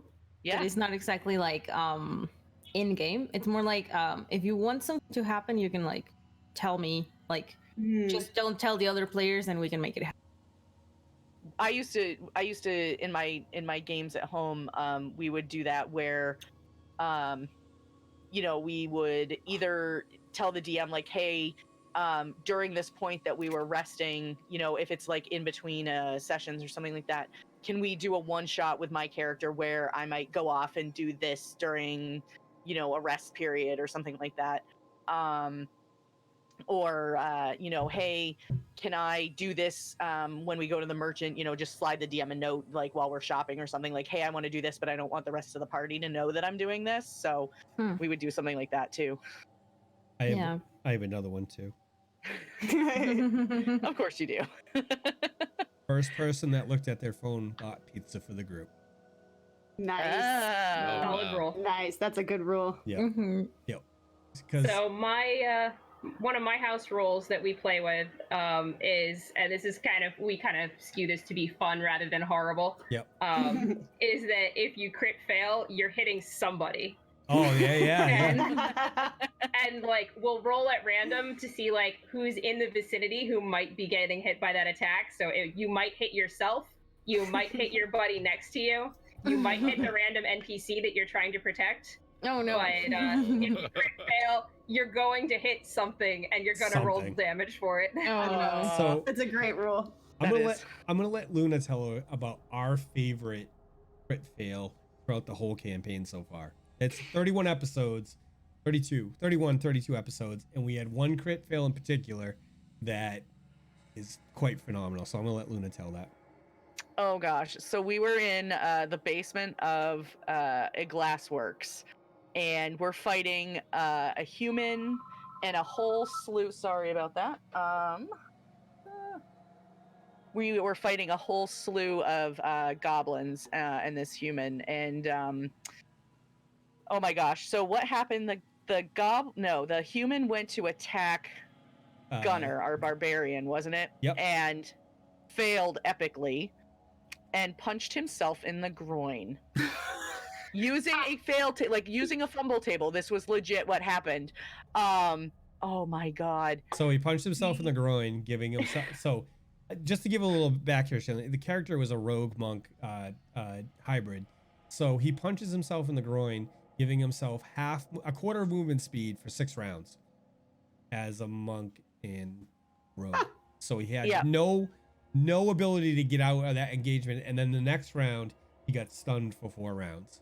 Oh no. So this was one of the big BGEGs of the first part of the campaign, and they absolutely waxed him. So and he just took care of the problem himself. Yeah. And Decider just said in chat, and we crit him 2 times. He didn't stand a chance. It was a really good encounter. I had so much fun. Well, and then we had to basically tell somebody back in town who was taking care of us that we just beat the shit out of her brother. Ooh, Doug in Texas, that's a really cool. I need to use that for my kids because they talk over each other a lot. I really like that. So that's a great idea. Interrupting players causes HP damage. I am definitely borrowing that. Is there a way that you could tie it into like some Sonic? How would Sonic you tie damage, something Sonic into damage. I'd have to think about that, but yeah, you know what I mean? Like a mysterious deity is exactly their life. Exactly. Yeah. Something like that. The manners god. Yeah. The manners god. Yeah, exactly. The manners god comes in and sucks out some of your life. Stop talking over each other. I have that problem with my current party. They talk over everybody like all the time, and they made a game like crazy. And I think that's a good way of doing it. Somebody suggested like timed turns even out of combat, but I don't know, it feels like so unnatural. I think that would be much better. I do push my players for 6 seconds, like so when they're having when they're thinking about their turn and it gets to their turn and they're thinking about their turn, I put pressure on them by I give them like a decent amount of time to decide what they're gonna do, and when it starts to drag on a little bit, I say 6 seconds. and Yeah. so And then we all go, "Oh my god!" yeah, and it It's a puts very that tension on. panic-inducing sentence. It is. It is. Yeah. It's funny because I was actually re-listening to one of our previous episodes. So before everybody started having to work from home and everything, I commute an hour each way to my job 3 days a week, and so sometimes what I'll do is I'll go back and re-listen to previous episodes because we post them up in podcast form, and so I'll go back and I'll listen to them again and just gonna be like, oh, that was really funny when that happened or whatever. And I was listening to an episode that was a few weeks ago, and I was like, so my character wants to just slide under the table. Oh yes, And- I remember this. Yeah. And so he's like, okay, go ahead and roll stealth. So I do. And I'm like, and he's like, yep, okay, you managed to just slide down under the table and nobody sees you because she rolled like a 30 something. And so he's like, so what do you do now that you're under the table? I'm like, I really didn't think that part through. I'm like, I got under the table and I have no idea what to do now. So of course my solution was to tie the enemy's shoes together. Nice. You know? As one does. As one does. I mean, why not? Sadly, it didn't really work, but whatever. Yeah. So I have a question for everybody that has nothing to do with rules. This is solely a question that I like to know the answer to because I have very firm rules about this. Do your dice need to match? Yep. No. 100%. Yep. No, in my case they don't, but I do like to have like one dice for good things and one for bad things that will happen. Interesting. You know, like when I roll the red dice, everybody's like, no, not the red dice. I like that. That's another tool. That's pretty another cool. great tool. Yeah. Yeah. That is cool. There was somebody else we had one time in our chat who, when I asked this question, they said, my dice don't need to match, but they like to have a set for different types of damage. So like they have a blue set for cold damage, they have a red set for fire damage, you know, a different Ooh, set for... Interesting. Yeah. That's pretty cool. Yeah. They have to match. Otherwise, Yeah. Mine have to match. Yeah. I get OCD. They have to. So I really like dice. If you check out my Twitter, there's a whole bunch of stuff about dice there. But I like being able to mix and match different dice, so that I just have like a wide collection. So Yeah. Have you heard of Ribinator? I was just gonna say ask that. yeah. no. My Ribin is- collection is like this, so Yeah. Nice. that's it. So I've Ribinator controlled myself. makes dice. He does tutorials on how to do dice, and he has like 100,000 subscribers. And we had him on the show a couple weeks ago, and he's fucking awesome, dude. So he gave away some free dice while he was on the show. There were these color changing dice. Yeah. I'm they gonna were- post That's a link to his cool. YouTube Oh, no, mine are chat over there. for those interested. Yeah, drop his YouTube. What a cool guy. He was really neat. super And cool. I totally recommend his videos on YouTube because they're like 10 minutes long and they're super entertaining. And you can make your own dice. Like it's pretty rad. That's Yeah. awesome. Yeah, I just posted his link Nice. in chat there. Awesome. If you guys are interested, go find him. Otherwise, if Yeah. you're listening to this on the podcast and audio, Just Ribinator. Ribinator on YouTube. Yeah. R-Y-B-O-N-A-T-O-R. RYB. Yeah. What a RYB. cool guy. Yeah, he was a lot of fun. And he also does, like, he primarily makes dice and stuff, but he also did a tutorial not too long ago,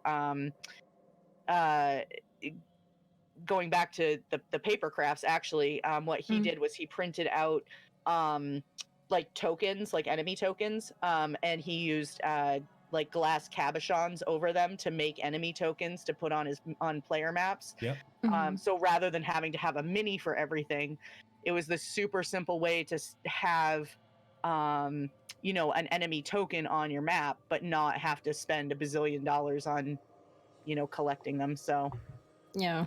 yeah. I mean, there are a lot of options like on paper right now that are like, they stand and they have like this stands that you can switch. Like people have gotten very creative with paper. So, and I know a bunch of guys that have their, whole sets of all the monsters you would want. And even they started getting like there were not enough monsters to make. So they started going to steampunk and other type of games to keep doing minis. Yeah. And so you do paper crafts for tabletop, right? Yeah. Yeah. What kind of things do you make? I make more like the terrain. Okay. So far I have like a shop. I made a common items shop, a potions shop, pillars pillars that you can actually print and do a bunch of them. I have one around here maybe. But yeah. Where? Okay. Yep. I hear you. Okay, so here's like a little house I made. Oh, Oh, that's wow. so Very rad. so cool. cute. And you can take the top That's off. awesome. Cool. And this is like a 425mm screen, and you can have like the accessories, like the tables, Oh, a little barrel. I love it. little things Oh, are the wow. best. That's I adorable. have like crates. Oh, I don't know if Oh, they're Oh so my pretty. I love it. I love it. yeah, I have like so many little things because I'm also Oh, furniture, so I love everything it. is like super small. Like That is so cool. You should drop your link in Wow. chat so that people know where to. Oh wait, she might not be able to. Luna, you should. that's right. I can drop it. If you I was give gonna it to say us in if it chat, we doesn't can let put it you, in. yeah, we'll make sure that you can, or you can send it to one of us, or post it. Like on in the group Twitch? chat. Yeah, if it'll let you post it in Twitch, go It- ahead. it won't- it- You'll Otherwise, probably will get not. auto-moderated. Yeah, she's gonna get if you just auto-moderated. post it Okay. in the. I was gonna say Okay. post it in the Discord group here. chat, and we'll put it in there for you. All right. I will post that right now. Ixia, welcome in. Thank you so much for that raid. Hey, Ixia, welcome in. Pillar. There you go. There you go. So that's her Patreon right there. So go check that out. And then Rachel, you do a lot of writing and things like that. What you do campaign writing, but do you do other things too? So most of my writing so far has been like adventures. I've written some stuff for Dystopia Rising Evolution from Onyx Path, which is just coming out. I wrote the Jumpstart adventure, and then I wrote the adventure in the core book and had a lot of fun with that. Oh, awesome. And I did some of the other stuff for their Jumpstart as well. And then I've done some adventures, worked on some stuff that's being released through DM's Guild. That's what I was just gonna Awesome. ask. Yeah. And I edit for other people through DM's Guild stuff as well. And I've done various other mechanics and stuff as well. But yeah, primarily my jam is adventures right now. And I'm kind of branching out into the rest of it as I get time and have fun with it. I might have to yeah. hire you to elevate my level of storytelling. So. Oh, that's very awesome. Do you have like a link where people can find some of your stuff, or Yeah, so my website is www.RWritesThings.com. Awesome. so. And that has a list of everything that I have out and that will be coming out. Cool. All right, I just put that in chat too. So go check out both Patty's and Rachel's websites too. And then Shannon, anything cool that you do on the side? I know you do lots of cool stuff on the side, but the big thing is just streaming with Paradise. Yeah. We just have a lot of fun, and we stayed up after our last session doing a lot of character development stuff, which was a really, really cool conversation because we had a lot of RP in the last session. So it was cool to kind of just start to really get into our characters and their motivations and goals and things like that. So that's a lot of fun, and I don't know, I love my crew. Yeah, that's awesome. This is an impressive list of. I'm looking at your site right now, and this is an impressive list. So. Awesome.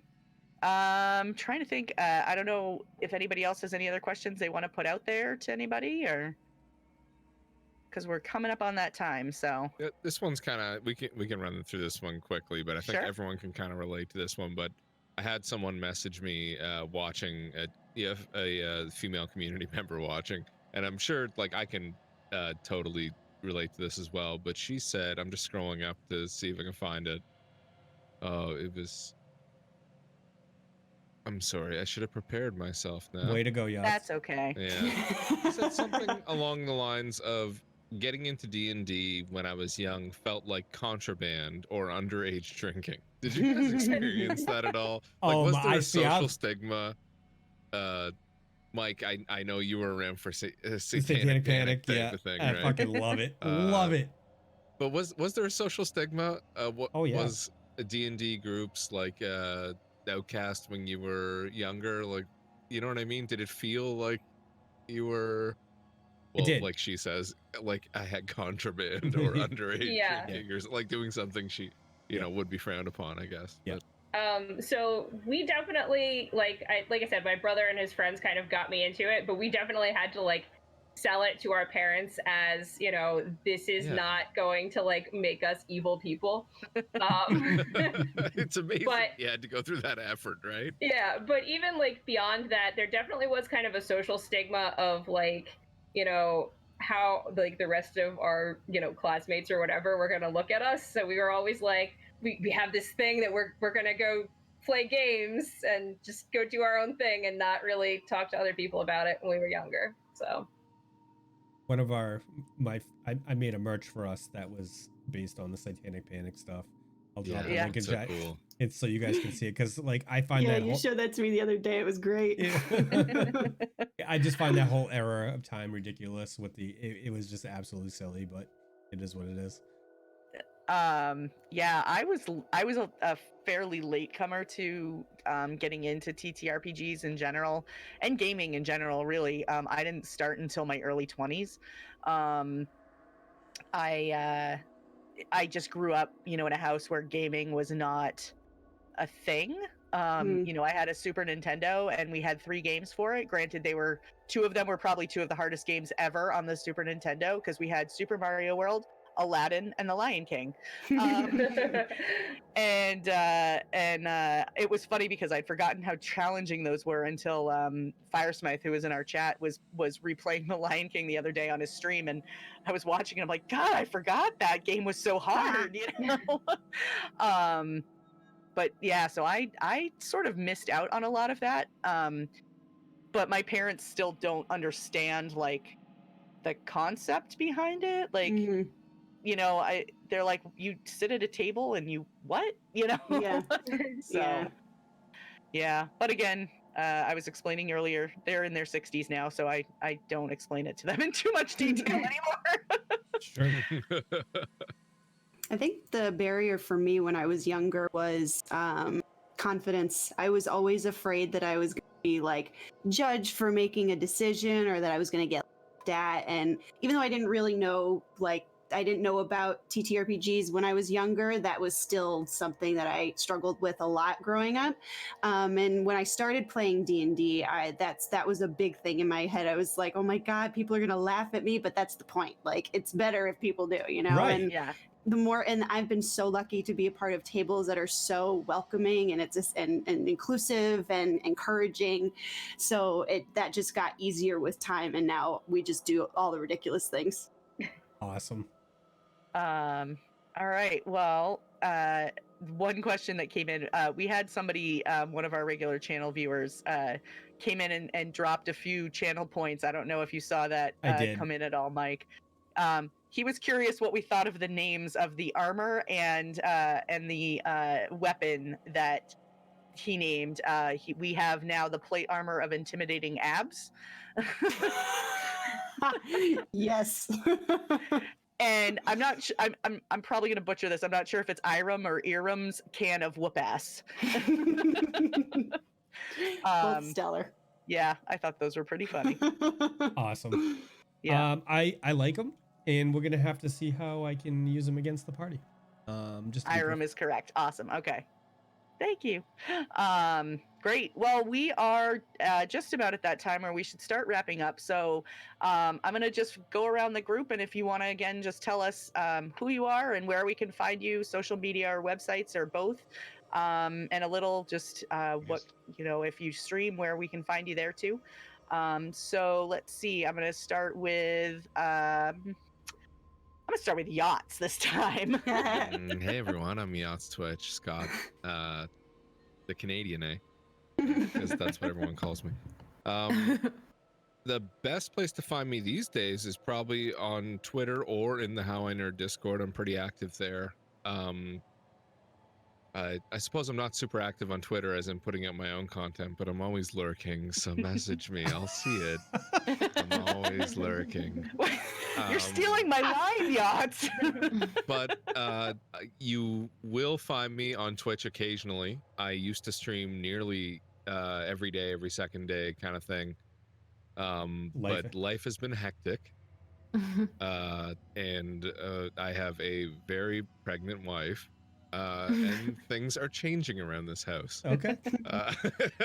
So I haven't had the most time, and I very much look forward to getting back to it. But one of the biggest things that was holding me up was I had to move my whole setup. I believe I showed Luna some pictures earlier. You sent me some pictures. So I haven't seen everything, and it's so stressful. Not stressful, I guess, but it's difficult to like tear down your whole setup and then rebuild it in another area because you finally get everything tuned the way you like it and you have your green screen. I believe the expression you said was I went from a tiny space to a tinier space. I used to joke that I streamed from a closet because I was in like a walk-in closet. That was like my setup, like that kind of like small room. Now I am no joke in like a 3x3 footprint on the 3 foot by 3 foot. Like I am right up against my desk. My monitor is right here, and that's against the wall. And that's it. I'm just like in a corner and I have the green screen draped. But you love it. You love it. It's great. I mean, it's awesome because that's gonna be my kids' room now, and I'm really happy about that. It makes me feel really good. On the upside, though, being in a 3x3 square will give you some perspective to what a 5-foot square would be like. I would kill for a 5-foot square. I'm gonna build an addition on the house so I can get me a 5-foot square. A 5-foot square. Awesome. Awesome. No, but I will be back to Twitch soon. Find me at Twitch/YachtsTwitch. Fabulous. Rachel, how about you? All right, so the best places to find me online are Twitter at RWritesThings, or Facebook, where my writer's page is Rachel Writes Things, or my website, which is www.rachelwritesthings.com. There's a theme here. If you guys are looking for random things to do, check out my Facebook page. I've been trying to keep that updated. A lot of publishers have been putting out free game content in the past week just because of everything that's been going on. So I've been trying every time I see one of those posts to make sure that I share it out on my Facebook page so that everybody can get free stuff and play games. Awesome. So check that out. And I'm also doing a dice giveaway on Twitter in a couple days. So check that out too. Awesome. Cool. Thank you. And let's go with Patty. Hey, you can find me on Twitter on _comics. I finally learned that word. And I also have a Twitch, but it's not very active. I sometimes may show what I'm drawing or the builds I make, the prepare craft. I build them on stream, but recently I've had recently I've had problems with finding spots in the house because I live with 2 people right now, and they use the TV right now, and I have to make them go to the rooms. And it's kind of difficult for me to have the place for myself, so it's not very I don't have a set schedule. So basically where you can find me, it's on Twitter. Awesome. All right. Very cool. And Shannon? Also Twitter is the best place to find me. I'm on there every more so now that I'm working from you can also find me on Instagram with the same name at sroby25. You can find Paradice on Twitter and Instagram at Paradice RPG, PARADICE RPG. And I'm usually in our Discord too. I check in on it every day too. So if you're not in there, I'll drop the link somewhere and you guys can come join us. Excellent. Cool. Mike. Guys, my name is Mike, and I do things and stuff with TTRPG Klein, and I love talking to new rad people. So from the bottom of my heart, guys, thank you so much for coming out and joining us tonight. Thank you for having us. And you, Yachts, thanks for being here. Cheers, buddy. I had an absolute blast with you guys tonight. And what I'm going to do is I'm going to leave tonight with a trailer for our new show, Neural Nexus Zero, which we are very, very proud of. So I'm going to leave you guys with that. And after that, we're going to kick off a raid and we're going to go show our friends over at Nerdly Gaming some fun. So I'm going to get that going right now, and then we'll play the intro. So if you guys like cyberpunk stuff, I think you're going to enjoy this. But let me kick off that raid before, because it's only about a minute and 14 for the intro. And let me get this going. Third League Gaming. And we're going to start that raid, and I'm going to kick it over to the ending screen. The commercial intro, I can't things right now, so things are hard. Things are hard. For everyone out there in chat land, thanks so much for coming out. We really appreciate absolutely, you guys. Have guys. a wonderful night. You're all amazing. You guys are great. we will talk to you this Sunday at 8 p.m. For Tabletop Tavern 1. Bye, guys. Yeah, remember 8 p.m. this time, not 9. We're changing our time.